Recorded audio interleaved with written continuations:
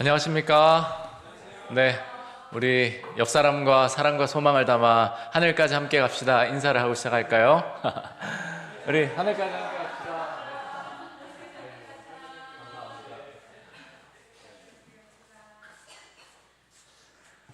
어떻게 좀 자연스러워졌나요? 네, 오늘도 제가 전임 목사님 설교를 좀 들었어요. 화요기도에. 어떤 분위기였을까? 이전에도 들었는데 뭐가 놓치는 게 있는가? 그 하늘까지 함께 갑시다 문구를 이렇게 띄웠더라고요. 뭐 설교 시작 전에 잠깐 오늘 이제 PPT의 이 폼이 좀 변한 것을 설명을 드리면, 전임 목사님이 사용하셨던 그 폼을 그대로 사용할 수 없는 이유는 제가 사용하는 컴퓨터와 전임 목사님이 사용하셨던 컴퓨터의 운영체제가 다르기 때문입니다.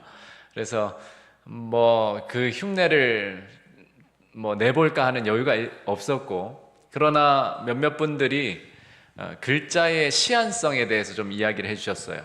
이게 글자가 굉장히 크고 눈에 확 들어오지 않는다. 그래서 전임 목사님 하셨던 그 폼을 좀 보고 좀 바꿔봤습니다. 뭐 변명을 하자면 이전에 섬기던 교회에 이 모니터가 이 건물에 비해서 작았기 때문에 어쨌든 무조건 크게 만들었어야 했습니다.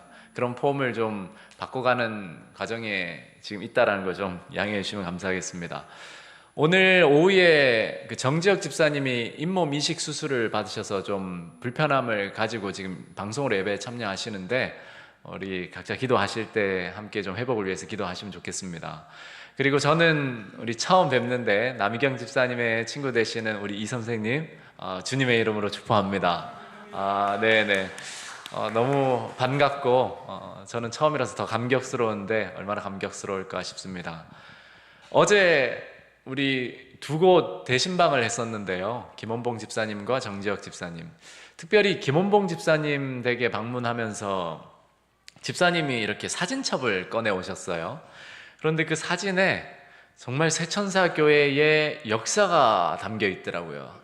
많게는 40년 전 사진이, 한 3, 40년 전 사진이 거기 있었습니다. 그래서 저도 깜짝 놀라서 거기 남희경 쌤 어머니도 계신다 하고, 또 박현선 집사님의 그 거의 뭐 처녀 때와 다름없는 뭐 또 유희자 집사님, 정복희 집사님 뭐 바로 결혼하시고 찍은 사진, 이명옥 집사님 뭐 한때 미모가 아주 뭐 탁월하셨다 했는데 그 근거를 좀 봤어요. 네. 어쨌든 그런 역사를 보면서 벌써 3, 40년 전이잖아요. 그러면 저는 학교도 안 들어갈 어릴 때였거든요. 40년 전이면 이제 3살, 4살인데 그 시절부터 지금까지 교회를 지켜오셨다라는 생각을 하니까 감동이 있더라고요. 여전히 찬양 사역 또 교회 사역을 해오시는 그 뭐 표현하자면 믿음의 선배들, 나도 3, 40년 후에 그 사진 속에서 그렇게 여전하게 믿음을 지켜나갈 수 있을까 감사하면서도 큰 도전이었습니다. 결국 우리 각자의 믿음의 여정 속에서 하나님께서 인도하시는 그 걸음걸음은 개인의 어떤 선택의 여정들이잖아요. 저는 여러분들이 이 화요일에 이 시간 이 자리에, 그리고 방송을 통해서 그 자리에 앉아 계신 그 선택들이 결코 헛되지 않으리라 믿습니다. 그리고 모이기에 힘쓰라 하신 하나님의 그 말씀에 순종하신 여러분들의 그 선택과 결심 그리고 행동을 하나님께서 이 시간 복되게 하시기를 예수님 이름으로 기도합니다. 요단강 프로젝트 9번째 시간입니다. 오늘 본문은 1장 17절에서 20절 4절을 본문으로 요한과 교회를 향한 그리스도의 격려라는 주제를 함께 살피겠습니다. 내가 볼 때에 그의 발 앞에 엎드러져 죽은 자 같이 되매 그가 오른손을 내게 얹고 이르시되 두려워하지 말라. 나는 처음이요 마지막이니 곧 살아있는 자라. 내가 전에 죽었었노라. 볼지어다 이제 세세토록 살아있어 사망과 음부의 열쇠를 가져노니 그러므로 내가 본 것과 지금 있는 일과 장차 될 일을 기록하라. 내가 본 것은 내 오른손에 7별의 비밀과 또 7 금촛대라. 7별은 7 교회의 사자요 7 촛대는 7 교회니라. 아멘. 요한계시록은 정말 엄청난 책이잖아요. 물론 성경의 모든 책들이 하나님의 계시이고 하나님의 감동하심으로 지어진 책이지만 특별히 이 요한계시록은 2025년을 살아가는 현재의 복음서와도 같고 또 우리가 앞으로 살아갈 삶의 빛이 되는 계시입니다. 그래서 이 요한계시록이 정말 엄청난 책이면서도 또 한편으로는 많은 사람들에게 오해와 또 곡해를 낳고 또 두려워하는 책이기도 해요. 함부로 연구해서는 안 된다. 또 뭐 대부분의 많은 사이비 종교들이 이 요한계시록을 가지고 많은 교리를 양산해냅니다. 그만큼 이 요한계시록이 특별한 책이라고 생각해요, 이 시대에. 그런데 요한이 이러한 귀한 기별을 받게 된 계기가 무엇인가? 그러니까 아무 스토리도 없이 그냥 요한에게 이 계시가 주어졌던 것이 아니라 요한이 이 계시록을 기록하게 된 특별한 계기가 있어요. 우리가 지금까지 살펴본 1장 내용에 담겨 있습니다. 그가 예수 그리스도를 증거함으로 인해서 반모섬에 유배를 당했고 거기에서 계시를 받게 돼요. 그런데 우리가 조금 더 구체적으로 들여다보면 오늘 본문에 보시면 요한이 예수 그리스도를 만나는, 즉 하나님으로서의 예수 그리스도를 경험하는, 그러니까 하나님의 임재를 경험하는 그 경험을 하게 돼요. 그리고 예수님으로부터 계시를 받게 됩니다. 그런데 이 패턴은 요한만이 아니라 다니엘도 그랬고 또 모세도 그랬고 대부분 성경, 하나님의 감동하심을 받아 성경을 기록한 자들의 경험이 대부분 그러했습니다. 하나님의 거룩하신 임재를 경험한 후에 하나님의 계시를 받아서 기록한 일들. 이사야도 마찬가지고. 생각해보면 그래요. 하나님의 임재를 체험한다라는 건 우리가 생각할 때는 굉장히 특별한 경험이잖아요. 그리고 어떤 면에서는 우리는 그런 경험을 하고 살 수 없어. 그거는 굉장히 특별한 경험이야라고 생각할 수도 있습니다. 거룩하신 하나님으로서 예수님의 임재를 체험했던 요한, 그 경험이 요한계시록을 기록할 수 있었던 동력이자 계기였습니다. 하나님의 임재를 체험하는 것은 그분의 거룩하심과 완전하신 품성을 깊이 인식하는 입니다. 이 경험은 우리로 하여금 자아의 부정함과 무력함을 인식하게 만드는데 이로써 우리의 신앙생애의 하늘에서 오는 위로와 용기를 얻고 참된 믿음과 헌신으로 나아가게 됩니다. 생각해보면 요한은 제가 요한계시록을 기록해야겠습니다. 7교회를 위로하고 용기를 줘야겠습니다. 라고 결심하고 구해서 받은 게 아니었어요. 요한계시록을 기록하도록 그 계시를 받았던 것은 요한이 의도했거나 구했던 게 아니라 주어진 일이었습니다. 사실 다른 성경의 모든 저자들도 하나님 제가 성경을 기록하겠습니다. 도와주세요라고 구하지 않았어요.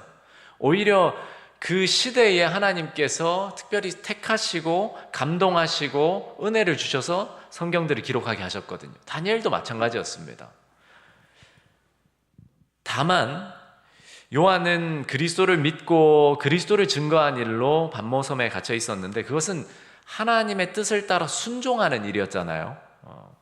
이때 예수님께서 요한에게 그분의 거룩하신 임재를 나타내신 것입니다. 그러니까 우리가 하나님의 거룩하신 임재를 체험하는 일을 우리가 경험하고자 한다면 특별히 그것을 구해야 하는 데 있는 것이 아니고 요한처럼 각자의 영역에서 주어진 삶 속에서 예수님을 증거하는 일에 순종하다 보면 그러한 계시가 주어진다라는 거예요. 물론 우리가 제 이름으로 따자면 정혜권 계시록을 기록할 리는 없어요. 정경에 들어가는. 그러나 우리 각자의 삶에서 예수 그리스도를 증거하는 일은 우리의 사명이거든요. 그렇다면 기록된 성경 말씀은 아니더라도 우리 각자가 기록해 나가는 삶의 계시들, 우리 생애의 또 다른 요한 계시록들을 기록해 나가는 일은 우리가 해야 할 일들입니다. 그렇다면 그 일을 어떻게 하는가? 그것은 요한과 같이 지극히 평범한 그리스도인 생애 가운데 맞게 되는 여러 도전과 일들 가운데서도 하나님께 순종하고자 결심하고 예수 그리스도를 증거하는 일을 포기하지 않으면 그때 하나님께서 우리에게 그분 자신을 나타내신다라는 겁니다. 이것은 성경적인 원리예요. 그래서 우리는 어떤 특별한 체험을 구하기보다는 매일의 삶에서 믿음과 순종으로 예수님과 동행하는 일에 조금 더 열심을 낼 필요가 있습니다. 그렇다면 하나님의 섭리 가운데서 하나님은 자신을 계시하셔. 특별히 예수 그리스도를 우리에게 계시하셔요. 그것이 성령께서 우리에게 오신 목적이자 그분의 뜻입니다. 그래서 이걸 쉽게 표현하면 달라붙어 있는 거예요. 예수님께 달라붙어 있는 거. 예수님도 제자들에게 마지막 권면, 그러니까 마지막 만찬을 나누시면서 제자들에게 권면을 하셨는데 그 권면의 핵심이 뭐였냐면 달라붙어 있어라. 너희가 내게 달라붙어 있지 않으면 아무것도 할 수 없어. 그게 핵심이었습니다. 대단한 설교를 하셨던 게 아니에요.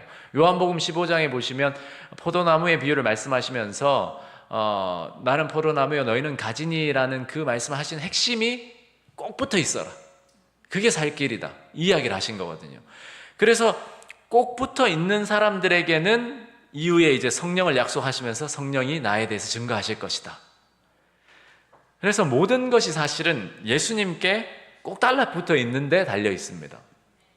그게 제자의 사명이고 어찌 보면 그리스도인의 신앙생활이라 할 수 있어요. 저는 한 가지 이야기를 좀 드리고 싶은데 바로 베드로의 이야기입니다. 베드로가 사실 예수님의 가장 가까이에 있었던 제자이면서도 굉장히 우여곡절이 많았잖아요. 그런데 처음부터 베드로가 아주 순교자의 정신을 갖고 예수님을 섬겼던 건 아니에요. 먼저는 베드로의 동생이었던 안드레와 또 친구였던 그 요한, 안드레의 친구였던 요한이 침례 요한의 제자로 먼저 메시아를 기다린 신앙을 하면서 이렇게 살아가다가 침례 요한이 하나님의 어린 양이다라고 소리쳤을 때 이 요한과 안드레가 먼저 예수님께 가요. 그래서 예수님이 너희가 나에게 무엇을 구하냐 했을 때 와서 보라라고 이야기하면서 초대를 하시잖아요. 그렇게 이 요한과 안드레가 예수님을 만나고 난 다음에 누구에게 가냐면 각자의 형들에게 가요. 야고보와 베드로. 찾아가서 뭐라고 이야기합니까? 우리가 메시아를 만났다. 참 신기하죠. 예수님과 함께 하루 머물렀는데 그냥 같이 예수님 곁에 붙어 있었는데 그들이 대단한 거 배우지 않았잖아요. 어마어마한 교리를 배웠거나 그런 게 아닌데도 흩어져서 무슨 얘기를 했냐면 우리가 메시아를 만났다. 그때 베드로가 예수님을 처음 찾아옵니다. 달려온 거죠. 얼마나 메시아를 기다렸던 신앙이 뜨거웠는지. 달려가자 예수님이 베드로를 딱 보시고 하신 말씀이 뭐였습니까? 네, 너의 이름을 이제 더 이상 뭐로 바꿔주죠? 게바라 하리라.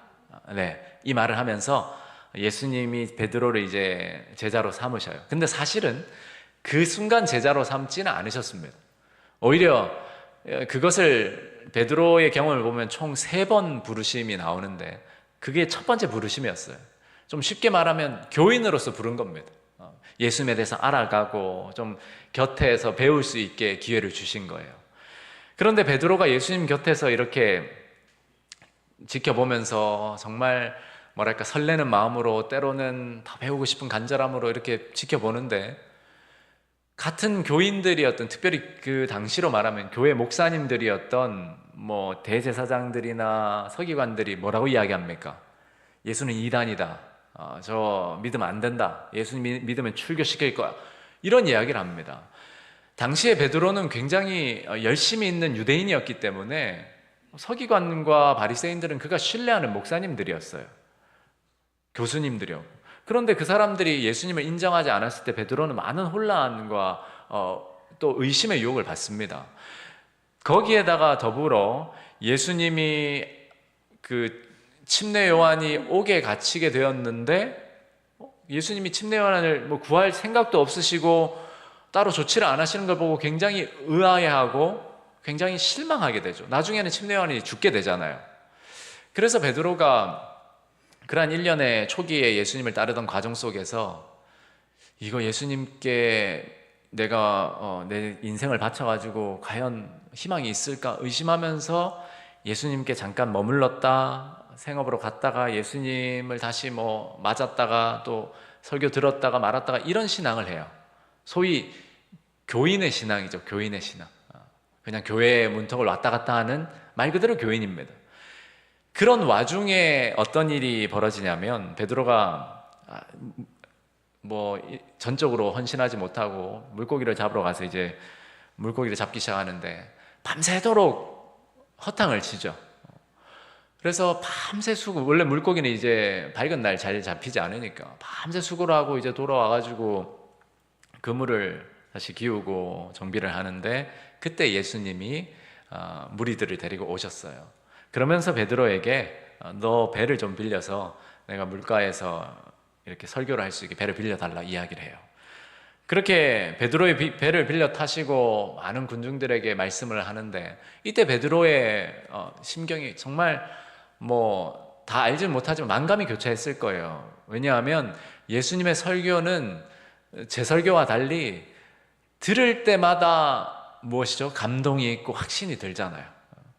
여러분 생각할 때 어떻습니까? 예수님의 설교가 마치 저처럼 졸릴 때도 있고 또 이게 맞나 싶을 때도 있고 재미없을 때도 있고 그랬겠습니까? 저는 그렇게 생각하지 않아요. 예수님 설교는 정말 말 그대로 들을 때마다 감동과 확신을 줬을 것 같아요.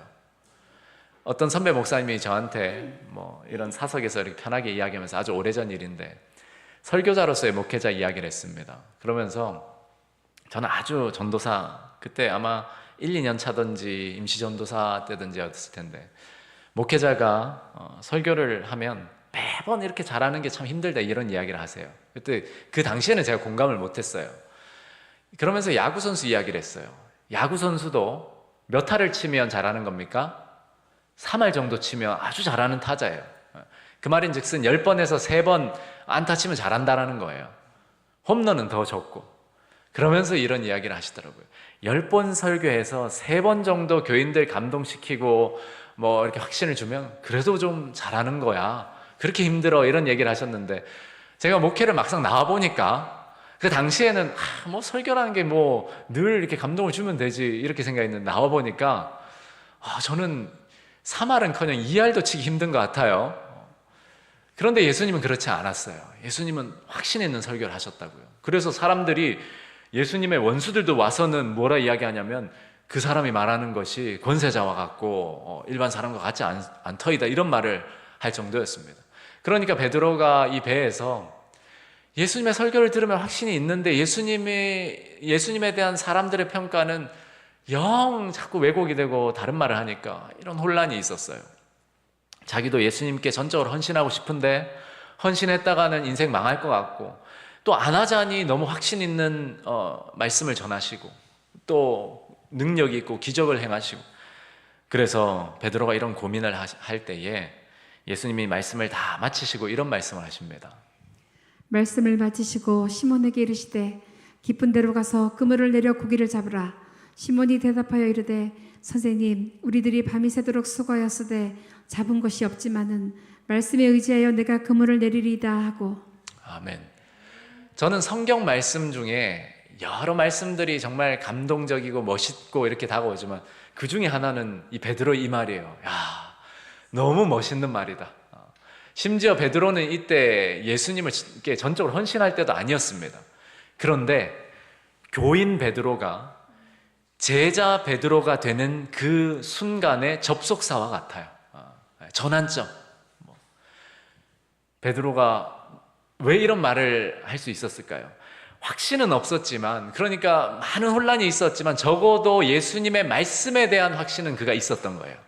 얼마나 예수님의 전하시는 말씀이 확신을 주고 감동을 줬는지. 그래서 베드로의 말을 좀 의역하자면 내가 일이 돌아가는 걸 보고 예수님에 대해서 이야기하는 걸 보면 정말 혼란이 많지만 적어도 예수님의 말씀은 내가 확실히 믿습니다. 그래서 그 말씀에 내가 의지해서 그물을 내려보겠습니다. 예수님, 제가 어부이고 베테랑 어부인데 사실 낮에 깊은 곳에 그물 던지는 건 정말 말 그대로 헛일하는 건데 말씀에 의지해서 내가 그물 한번 내려보겠습니다. 그렇게 했더니 어떤 일이 벌어지죠? 어마어마한 물고기가 정말 다 끌어올릴 수 없을 만큼 그물이 찢어지고 배가 엎어질 만큼 그런 물고기가 잡힌 거예요. 이 경험은 저 같은 사람이 그 현장에 있었다면 베드로만큼 감동을 받지 않았을 거예요. 그러나 베드로는 어부였고 베테랑 어부였기 때문에 이 일이 얼마나 불가능한 일인지를 알았고 이 일이 하나님의 능력이 아니면 안 되는 것을 알았습니다. 그래서 이 경험을 통해서 베드로는 이분은 하나님이다라는 사실을 알게 돼요. 즉 예수님을 통해서 하나님의 거룩하심과 능력, 그 임재를 그날 경험한 거예요. 그 시에. 그렇게 하니 고기를 잡은 것이 힘이 많아 그물이 찢어지는지라. 이에 다른 배에 있는 동무들에게 손짓하여 와서 도와달라 하니 그들이 와서 2배의 체험에 잠기게 되었더라. 시몬 베드로가 이를 보고 예수의 무릎 아래에 엎드려 이르되 주여 나를 떠나소서 나는 죄인이로소이다 하니. 네. 우리가 예수님을 통해서 하나님의 거룩하신 그 임재 역사를 경험하면 우리는 우리의 무지와 무력함 그리고 죄를 깨닫고 겸비하게 예수님 앞에 엎드릴 수밖에 없습니다. 이게 이사야의 경험이었고 다니엘의 경험이었고 요한의 경험이었어요. 모양과 현상은 달라도 원리는 꼭 같았습니다. 하나님을 만나는 경험. 그런데 보세요. 하나님을 베드로가 어떻게 만났다고요? 말씀에 의지하여 순종했을 때 하나님의 능력을 경험합니다. 우리가 요한과 같은 그런 특별한 경험을 할 수는 없을 거예요. 거의 계시를 기록한다거나 그러나 적어도 우리의 삶에서 그리스도인으로서 하나님의 거룩하신 임재, 그분의 능력, 그분의 품성을 깨닫는 경험은 사실은 모든 그리스도인이 해야 할 경험이고 모든 그리스도인에게 약속된 경험들입니다. 그 경험이 없으면 교인에서 제자로 넘어갈 수가 없어요. 늘 교인에서 머물러요. 교인도 예수님 설교 좋아합니다. 교인도 예수님 설교 아멘해요. 교인도 교회 열심히 다녀요. 그러나 예수님 곁에 꼭 붙어 있는 것은 제자들의 경험이에요. 예수님이 어딜 가시든 붙어 있는 것은 12제자였어요. 그들이 예수님의 사명이나 거룩하심을 다 인식하지 못했습니다. 심지어 베드로는 나중에 예수님을 부인해요. 그만큼 연약함과 믿음의 부족이 있었지만 적어도 제자들의 특징은 뭐였냐면 무슨 일이 있어도 뭐 했다고요? 예수님께 붙어 있었어요.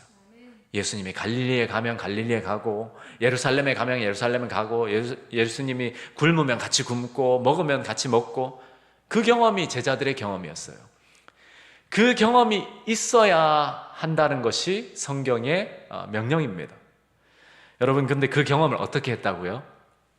내 삶 속에서 일상의 평범한 삶 속 물고기 잡고 있었다니까요. 그런데 그 일상의 평범한 삶에서 예수님이 나에게 요구하시는 그 뜻에 대해서 도저히 내가 그건 말이 안 되고 그렇게 하면 아무것도 되지 않고 헛일인데 내 인생 망할 수도 있는데 말씀에 의지해서 순종해보는 경험입니다. 나만도 그 경험을 했던 거예요. 이건 틱탕물에 들어가서 말이 안 되잖아 했지만 말씀에 의지하여 내가 요단강에 들어가리이다. 이 결심을 한 거거든요. 그랬더니 나아만이 제자가 됐잖아요. 그 엘리사에게 와가지고 내가 다시 이제 이후로는 다른 신들을 섬기지 않고 꼭 붙어 있겠습니다. 그런 이야기를 한 겁니다. 여러분 왜 요한계시록을 공부하면서 이 이야기를 드리냐면 요한이 요한계시록을 기록하게 된 결정적인 계기와 그 힘이 어디에서 왔느냐, 거룩하신 하나님을 예수님을 통해 만난 그 경험 때문입니다. 우리에겐 그 경험들이 있어야 된다고 저는 믿어요. 베드로도 밤새도록 수고하였지만 고기 한 마리 잡지 못하였는데 예수의 말씀을 순종하고 그물을 내렸을 때 2배에 넘치는 고기가 잡힌 것을 보고 예수 안에서 하나님의 임재를 경험하였다. 그리고 그는 예수의 무릎 아래 엎드려 이르되 주여 나를 떠나소서 나는 죄인이로소이다 라고 부르짖었다. 네, 다음 슬라이드는 읽지는 않겠습니다. 결국 베드로의 경험은 하나님의 능력과 그 거룩하신 임재를 경험했던 것인데 그걸 경험하니까 자신의 부정함이나 무지, 그러니까 그동안 자기가 이거 아닌데 예수님이 메시아인가 긴가 혼자 계산하고 따지고 또 예수님을 따르면 내가 과연 인생 헛일 되는 거 아닌가, 이 모든 생각이 다 부질없는 것이었다는 걸 다 깨닫게 돼서 자신의 무지와 불신을 회개하게 된 거예요. 그리고 그 무엇보다도 무한히 순결하신 예수님 앞에서 자기는 정말 부정한 사람이란 걸 깊이 인식했던 거예요. 그리스도인은 특별히 교인에서 제자가 되는 경험은 바로 이런 경험입니다. 교인일 때는 때로는 내 사업을 위해서 교회 다닐 때도 있어요. 들어보니까 그 망우리 쪽에 금난교회는 그 일대에 교회 안 다니면 사업 자체가 안 된대요. 그래서 어떤 사람은 폄하하는 게 아니라 사업을 위해서 교회를 다니는 경우도 있답니다. 왜냐면 나쁘다는 게 아니에요. 그렇게라도 교회를 다니면서 말씀을 듣고 예수님을 만날 수 있잖아요. 그러나 교인은 그 수준입니다. 예수님께 딱 달라붙지 못해요. 왜냐하면 확신이 없으니까. 예수님이 진짜 하나님이시고 살아계신 하나님으로서 내 곁에 계시다는 사실을 모르니까 일들이 잘 풀릴 때는 교회 열심히 다니다가 일들이 잘 안 되면 또 내 방법대로 살다가, 이게 교인입니다. 제가 교인을 폄하하는 게 아니에요. 교인도 정말 그 단계로서 예수님이 부르셨다니까요. 베드로도 교인으로서 예수님이 불렀어요.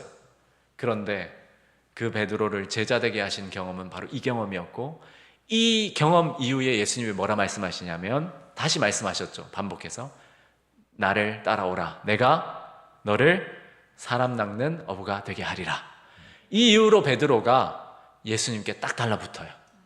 저는 우리 새천사 가족들이 교인인지 제자인지 제가 판단할 수 없습니다. 그런데 각자가 한번 생각해 보세요. 내가 예수님께 정말 딱 달라붙어 있느냐, 내 품성이 얼마나 변했느냐, 이걸 묻는 게 아니에요.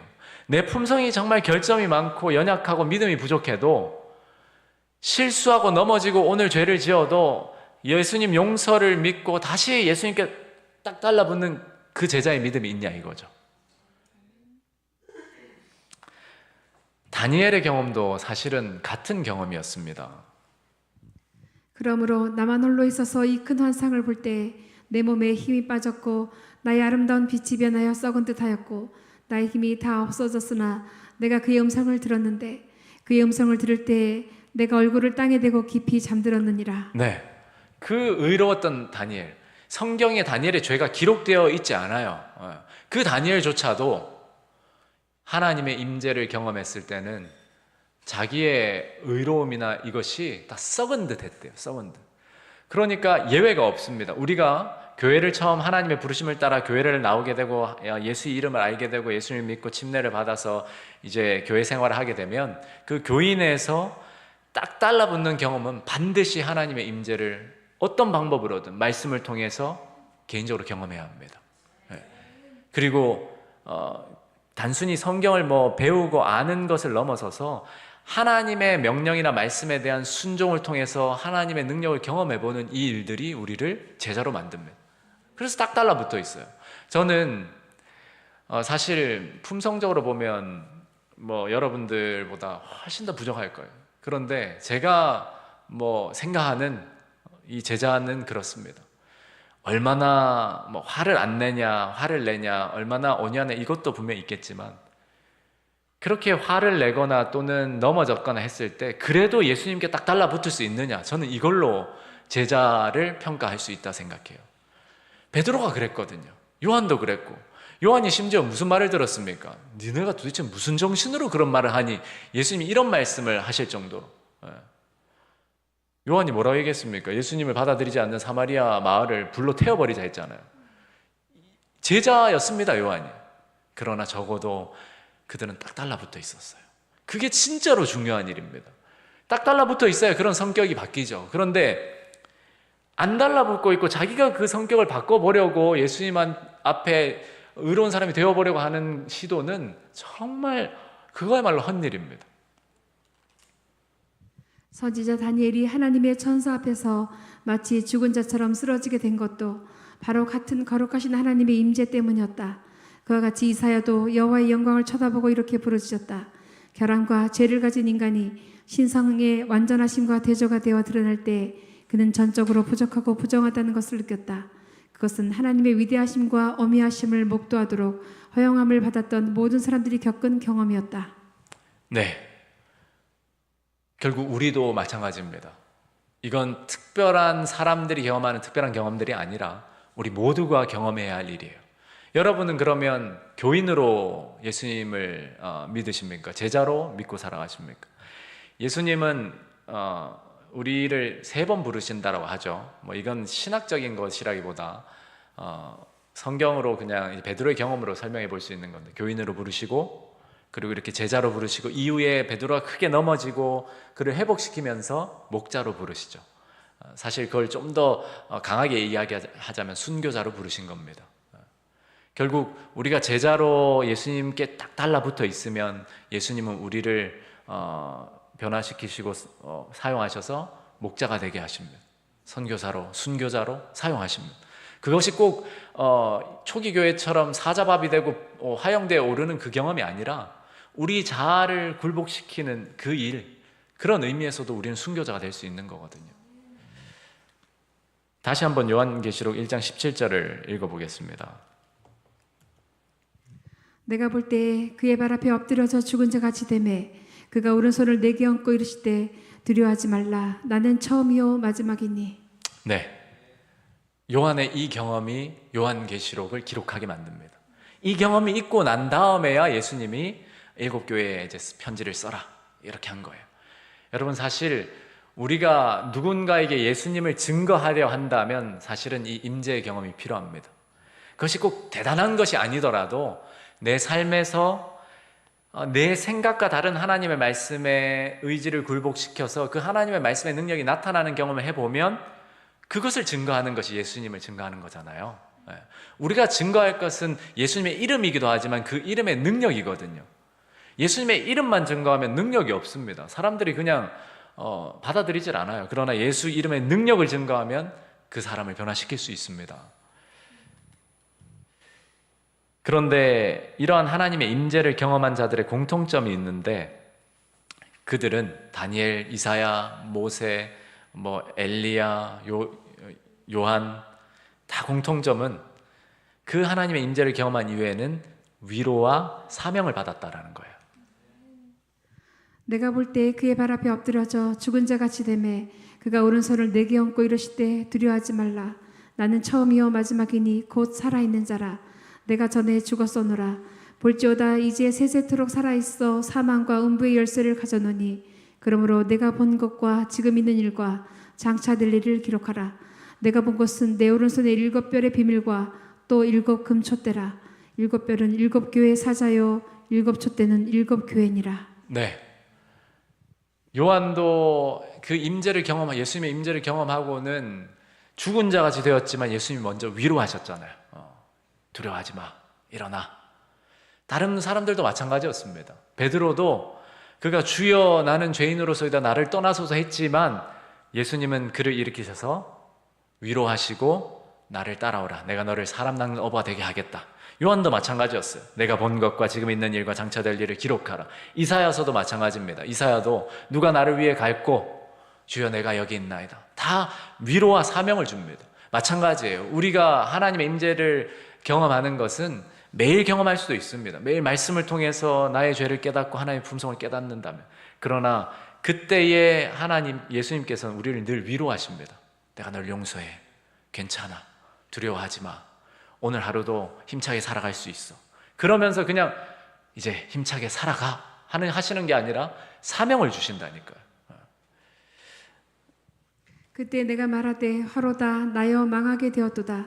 나는 입술이 부정한 사람이요. 네, 여기까지 읽겠습니다. 좀 빨리 넘어가겠습니다. 이사야에게도 내 악이 제하여졌고 내 죄가 사하여졌느니라 하면서 내가 누구를 보내면 누가 우리를 위하여 갈고 했을 때 이사야에게 사명을 주시는 거죠. 이후에 베드로도 마찬가지였습니다. 무서워하지 마라 위로하시면서 이제 후로는 내가 사람을 취하리라. 그러면서 베드로를 제자로 삼으신 거예요. 기억하셔야 할 건 이때의 베드로는 예수님을 부인하기 전에 베드로, 그러니까 완성이란 말은 그렇지만 정말 연약하고 죄 많은 베드로였어요. 그러나 베드로를 부르시고 사용하셨다라는 거. 우리 각자가 품성의 연약함, 결함이 있더라도 예수님 우리를 제자로 삼으십니다. 그러나 우리가 해야 할 일은 붙어 있는 거. 제가 어린 시절에 가지고 놀던 오뚜기 장난감이 있는데 그거는 무조건 일어나요. 밀어도 일어나고 뭐도 일어나고. 우리에게 필요한 게 그런 신앙이에요. 예수님께 꼭 붙어 있는 거예요. 우리 생각에는 저 사람은 저렇게 죄 지어가지고 예수님 뭐 구원이나 받겠어 하지만 전혀 다른 관점으로 예수님 우리를 보십니다. 붙어 있는 그 일, 제자로서의 사명입니다. 그래서 베드로는 이때 이후로부터 고기 잡는 일을 버리고 예수님을 따랐어요. 하나님의 임재를 체험하는 일에는 늘 그분의 친밀한 음성을 듣는 일, 그분의 위로와 힘주심, 그리고 사명 주심을 경험하게 됩니다. 다시 말해 하나님의 임재를 경험하는 일은 그분의 제자에게 있어 회복과 순종을 위한 은혜의 체험이지 단순히 그의 감각적 만족을 위한 영적 경험이 아닙니다. 네, 그러니까 우리가 말씀 묵상을 할 때도 뭔가 막 느껴지고 따뜻한 경험, 이런 경험을 하기 위해서 말씀 묵상하는 게 아니에요. 사실 그 경험을 하고 싶으시면 제가 방법을 알려드릴게요. 유튜브에 아주 그 잔잔한 음악 틀어놓으시고 요가 해도 그 경험은 옵니다. 진짜예요. 아니면 다큐멘터리 굉장히 슬픈 거 하나 보셔요. 눈물 펑펑 쏟아요. 그 경험이 중요한 것이 아니라 말씀을 통해서 하나님의 그 거룩하신 품성 또는 하나님의 사랑을 깊이 인식하고 내 죄를 깨닫고 예수님 앞에 엎드렸을 때 하나님의 위로 주심을 받고 또 내게 주시는 사명을 인식하고 그 하루를 살아가는 그것이 제자의 삶입니다. 엘리야도 마찬가지였어요. 그가 열심히 정말 그 이세벨의 선지자들과 싸워 이겼지만 그 인간적인 연약함 때문에 두려워서 도망쳤을 때 하나님께서는 엘리야를 찾아가셨고 위로하시고 다시 사명을 주셨어요. 요한에게 주신 사명도 마찬가지죠. 그가 본 것과 당시에 일어나고 있는 일과 미래에 있을 일을 기록하고 전해서 그 7교회, 당시의 초기 교회들을 위로하고 용기 주는 그 사명을 요한에게 맡기셨던 거예요. 그 당시의 7교회들의 상황을 보면 상징적인 부분도 있지만 에베소는 처음 사랑을 버린 상태였고 환난을 당하고 있었고 타협을 하고 분리된 상황에 처했고 영적 자만, 이 7교회라는 것은 상징적인 수이기 때문에 이러한 교회의 후퇴하고 쇠퇴하는 상황들을 이 7교회에 담아서 묘사한 것인데, 이러한 초기 교회를 또 이후에 오늘날 이 새 천사 교회를 예수님께서 위로하고 용기 주시고 또 직접 함께 하심을 보여주시기 위해서 요한에게 사명을 주신 거예요. 그래서 이후에 나오는 17절 이후에 나오는 내용들은 예수님의 그 위로와 임재의 약속이 다 담겨 있어요. 그리고 그 간략한 축약된 그 약속들 이후에 본격적으로 7교회들에 대한 서신이 기록되는 겁니다. 이런 흐름을 여러분들이 기억해 주시면 감사하겠습니다. 이러한 상황은 오늘날의 그리스도인들의 삶에서도 여러 방법으로 적용된다. 오늘날 많은 그리스도인이 예수님에 대하여는 많이 알고 있으나 그들이 개인적 인격적으로는 그를 알지를 못하고 있다. 그들이 영적 생애는 자기가 아닌 다른 사람들, 즉 부모, 배우자 또는 목사가 가지고 있는 예수님에 대한 지식에 의존하고 있다.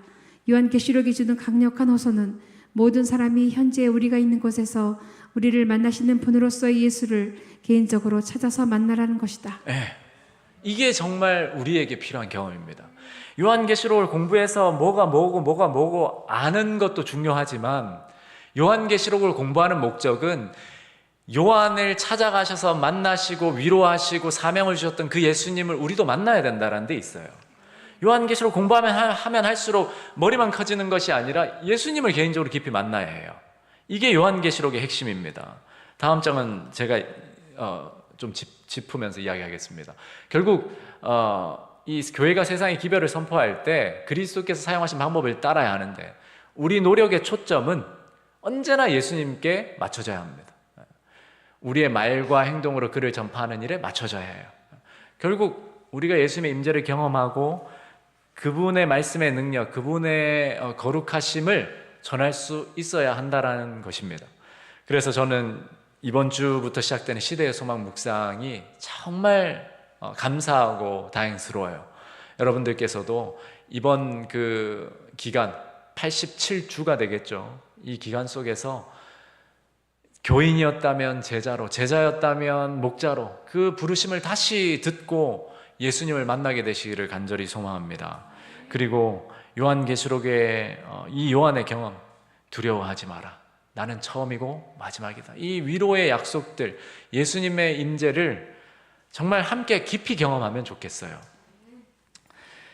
하나지만 더 간략하게 언급하고 가면 예수님이 이 1장 17절에서 나는 처음이요 마지막이라고 이 말씀하실 때에 이 마지막이라는 말이 이 에스카토스란 헬라어인데 여기에서 이제 종말론이 나와요. 그러니까 뭐 다른 거 다 생략하고 좀 우리에게 적용해서 생각해 보면 종말론이라는 것은 뭐 로마 교황권이 또는 미국이 뭐가 이런 데의 핵심이 아니고 종말론은 예수 그리스도가 핵심입니다. 그래서 우리가 요한계시록을 공부해 나가면서 어떤 이런 이벤트, 사건, 뭐 또 이번에 교황이 어떻게 바뀌었대, 뭐 미국인 이래 다 중요한 관찰이 필요하지만 요한계시록 종말론의 초점은 예수님께 맞춰져 있어요. 요한계시록에서 종말론의 초점은 말세에 일어나는 이런저런 사건들이 있는 것이 아니라 영원하신 하나님이신 예수 그리스도에게 있고 또한 죽음을 정복하신 그분께서 그분의 백성과 함께 계신다는 사실에 있습니다. 네, 이번 시대소망 1장 내용이 뭐죠? 하나님이 우리와 함께 하신다. 이거 읽는 이유가 뭡니까? 공부하려고 하는 게 아니라 진짜 하나님이 우리와 함께 하심을 알아야 될 거 아니에요. 임마누엘이 그런 거잖아요. 저는 요한계시록을 함께 연구하면서도 마찬가지라고 생각합니다. 결국 요한이 만났던 예수님, 교회를 붙들고 계신 예수님, 그 예수님을 우리가 못 만나면 그 무슨 소용이 있어요? 요한의 이 경험, 요한을 위로하시고 그분을 나타내셔서 하나님의 임재를 경험했던 요한, 그리고 위로와 사명을 받았던 그 경험이 저와 여러분들의 경험이 되시기를 간절히 소망합니다. 마지막 시대를 살아가는 우리에게 필요한 경험은 하나님의 임재를 체험하는 일, 그분의 거룩하심과 사랑을 알고 우리의 부정함과 무력함을 인식하는 가운데 말씀 가운데서 그분이 주신 친음성을 듣는 일입니다. 이 경험이야말로 종말 시대를 살아가는 우리에게 필요한 영적 경험입니다.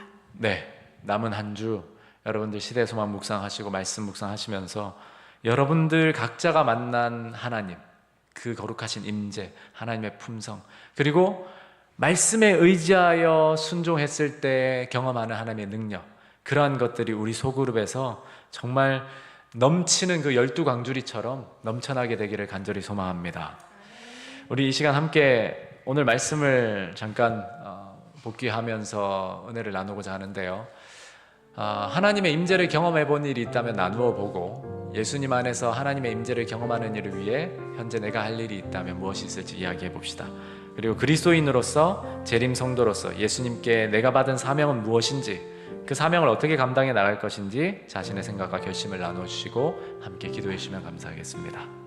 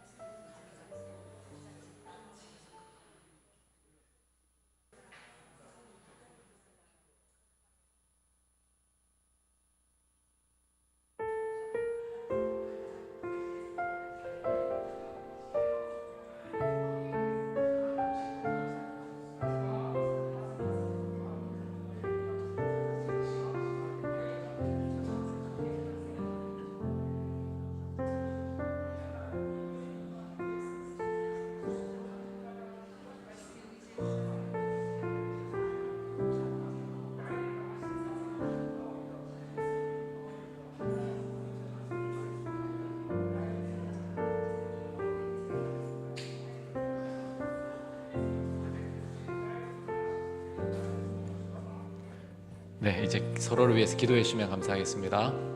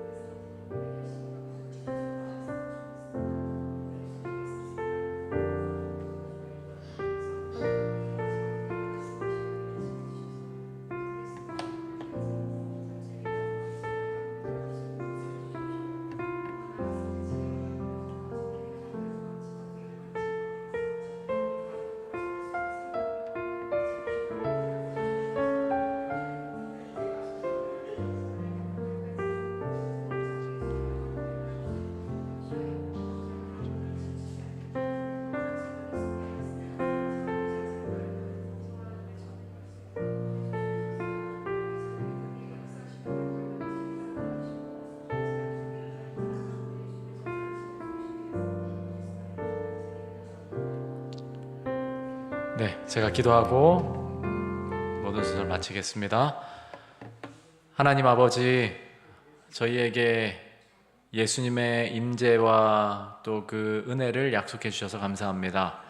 요한과 다니엘과 이사야와 또 엘리야와 모세와 성경의 믿음의 선조들의 그 경험이 우리의 경험이 될 수 있도록 복을 내려 주십시오. 베드로처럼 우리가 우리 생각을 따라 살지 않고 말씀에 의지하여 순종하는 삶을 통해서 예수님의 임재를 경험하게 하시고 그 임재, 주님의 능력과 그 거룩하신 품성을 깨달음으로 그저 교회만 왔다 갔다 하는 교인이 아닌 예수님께 꼭 달라붙어 있는 제자가 되게 하시고 또 우리를 주의 목자들로 인도하시는 그 섭리를 따라 순종의 걸음을 걷게 하여 주시옵소서. 예수님 이름으로 기도합니다. 아멘.